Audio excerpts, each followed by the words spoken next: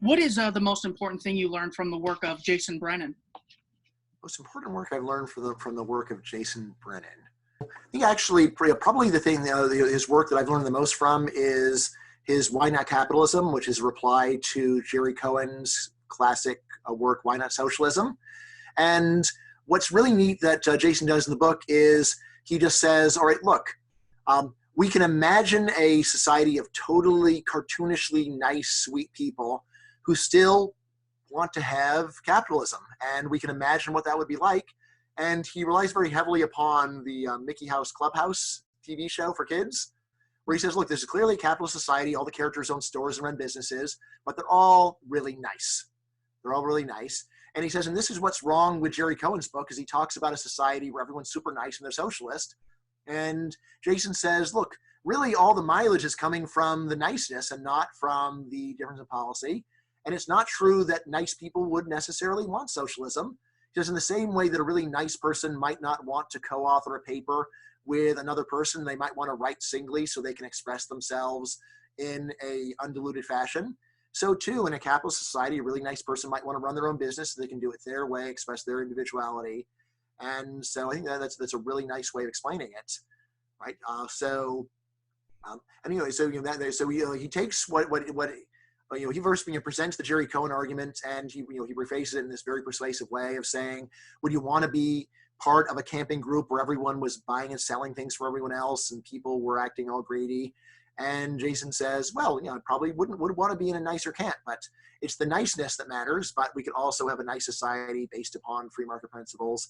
And in fact, he says that one will work better, right? And of course, it's not very nice to make someone follow the rules of your group when they want to do their own thing. What is the most important thing you learned from the work of Michal Huemer? Yeah, so for Michal Huemer, I will actually go out really far and say there's a whole literature on whether you can teach a human being how to think, right, which is overall quite negative. But I would say if there were any hope that there were a thinker that could teach people how to think, that thinker would be Michal Huemer, right? Because he doesn't just have positions on specific issues.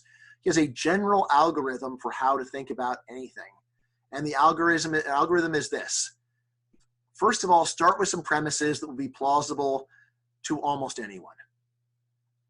All right, and that means almost anyone, right? It's not just, sure, me and my 5 friends all agree on this. No, start with some premises that would be very broadly acceptable, where you don't need to first have a whole worldview before you can see the appeal of the premise, right? So that's step 1. And then step 2 is try to construct an argument where you reason very carefully from broadly accepted premises to a non-obvious conclusion. Right, so that is the general method that he uses. And then I would also say, a secondary method that he applies is to say, any time that you think that you've got a very broadly acceptable premise, think really hard about counterexamples to that one, and see whether there's any lessons you can learn. And one lesson that he gets out of this is any principle where you are, especially any ethical or political principle where you just say this something is always true regardless of anything else. That principle is almost always wrong. I think of this as all one-sentence moral and political theories are wrong. Right? Yeah. Right? And again, it comes down to someone, so there's the libertarian one. Well, you should never initiate force against anyone else. Well, how about if you could steal a dime to save the earth? How about that? You still shouldn't steal the dime, right? Right, but it could also be everything should be equal. All right, well, should it be equal? What if half of mankind will die of starvation if we equalize everything? Should we still do that then? Right, so that kind of thing. Right, so anyway, now if you go and read Mike's work, all of it does follow these general principles of thinking, which I have found to be tremendously helpful. And it's something that also you can apply out of sample. So it's one thing to say some general principles, then he gives you some examples, and then you just repeat his examples. But I will say that you can apply this Huemerian method to new questions, and I often have, right? And I have used this to get rid of many of my ridiculous and dogmatic views, because often there was some philosophical principle that I held, and then I just thought, well, would this make sense to someone? Who does this make sense to? Like, well, this premise makes sense to 5 people. Well, why do I even believe it? Is it actually all that obvious? And normally no. I mean, I believe it because I got really excited when I was young about this, and I've been barking it out at other people ever since. Okay, well, so let's stop doing that, and let's see, is there any principle, what principles would seem obvious to almost anyone who was not in the grip of some other ideology, right? And so, I mean, I've applied this to many other issues, and I think I've just gotten a lot of mileage out of it, just for personal growth and for understanding the world. So, for example, I don't think, like, until he actually reviewed my book, The Case Against Education, I don't think Mike Huemer really wrote anything notable on education.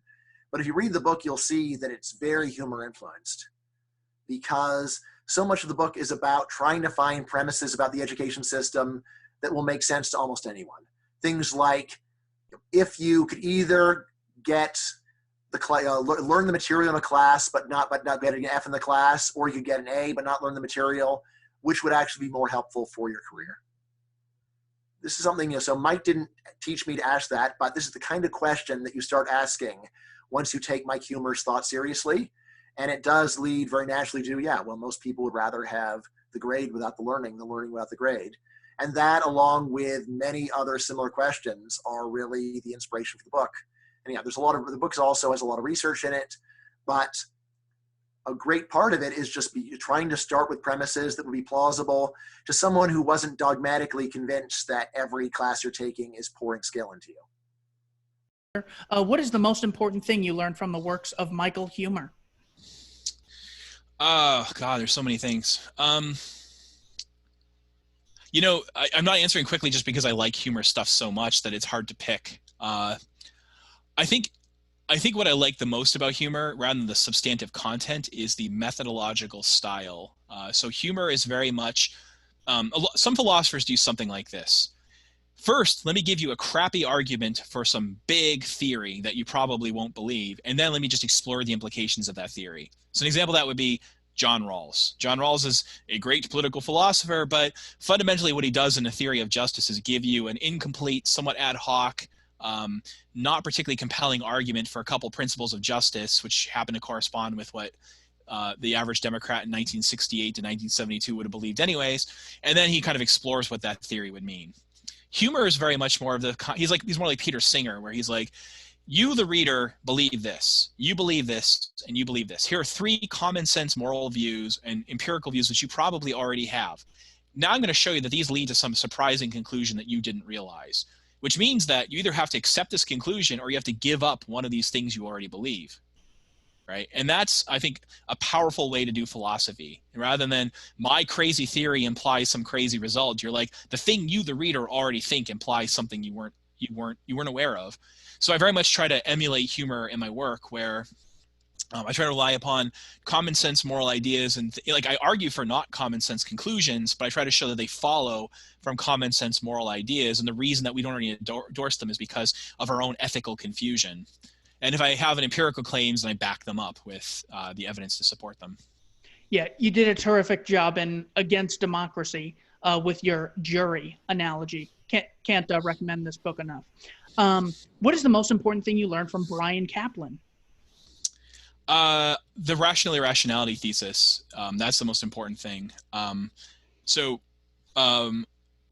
rational irrationality thesis is the claim that the reason that people, like, remember rational ignorance from previously in the discussion, people don't know things because the cost of knowing it is higher than the value of knowing it. Rational irrationality is in addition to that. It says processing information in a careful way takes time and effort and is difficult. Indulging bias, indulging false beliefs can sometimes have a positive benefit, and it's fun to do sometimes. So the thesis here is that people will be rational in their, like, in an epistemic sense. They will think scientifically and carefully about an issue if the benefits exceed the costs, and otherwise they won't. And so if you take seriously neoclassical economics and these ideas, it says that the typical voter is going to allow themselves to indulge bias, allow themselves to indulge their worst thought processes, is not going to think carefully about something because their vote doesn't matter very much. The cost to them of being rational exceed the benefits of being rational. So it's instrumentally valuable to be epistemically irrational. So I learned that from him. I read a draft of his 2007 book, Myth of the Rational Voter, before it was published, and he was nice enough to share that with me. And that really, I mean, I knew a lot of the facts about like the stuff about ignorance and so on before, but I think I learned from him just how bad it is, and that it's not simply an information problem, but that voters have such a pervasive incentive problem that it explains why they behave badly, like why they reason badly and act like jerks. So, Bryan Caplan, what is the most important thing you learned from him, or you thought his best contribution was? Yeah, I mean, so, there are two answers. So the answer to the first question is Bryan Caplan introduced me to anarcho-capitalism. And so I don't know if you know this story, right? We were at UC Berkeley. So Bryan and I went to college at UC Berkeley at the same time. And so that's where I met him. And then he introduced me to ANCAP. And that's how I became an anarchist. I was already a libertarian, right? And then he told me about this. And my first reaction was anarchism is crazy. But, and then he was able to explain it, and he made me read Murray Rothbard and David Friedman. His biggest contribution to just other than ANCAP, which, he didn't invent, is, of course, a theory of rational irrationality, right? So the book, The Myth of the Rational Voter, right, that's like the big statement of that, also a bunch of papers. But I use that theory frequently, I invoked it in this discussion. And Jason Brennan, another one of my favorite philosophers, what's something you learned from him or thought was his best intellectual contribution? Yeah, I mean, Jason and I basically have the same views, it's on government and democracy and whatever, and anarchism, although it's not obvious I don't think it's come out in his published philosophical writings that he's an anarchist. I think when people read him, they think that he's an epistocrat, right? That is, a person who believes in the rule of the well-informed or something. And I understand why people would think that, because so he has some good articles about this, about how, you have a right to not be ruled by people who are totally incompetent and ignorant and stupid and whatever, and are not paying attention and so on. And so, the suggestion seems to be, okay, so we should be ruled by the smart, wise, benevolent people or whatever. But I happen to know that his actual view is anarchism. But anyway, so I mean, I think that his criticisms of democracy are probably his biggest contribution, right? And just, pointing out, I mean, it's well known how democracy is screwed up. And it's well known among people who look into that sort of thing, not among the general public who have totally incorrect views about democracy. But,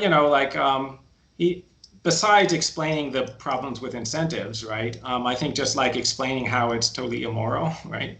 The system that we have is immoral because you're under the power, just without even being a libertarian, right? You can see that there's something wrong with you being under the power of these people who don't know what the hell they're doing and don't care, right? All of these voters don't care. They're not doing research. They don't know what the issues are, right? They're just taking some tweets that they heard or whatever and voting on the basis of who's good looking or stuff like that. Yeah.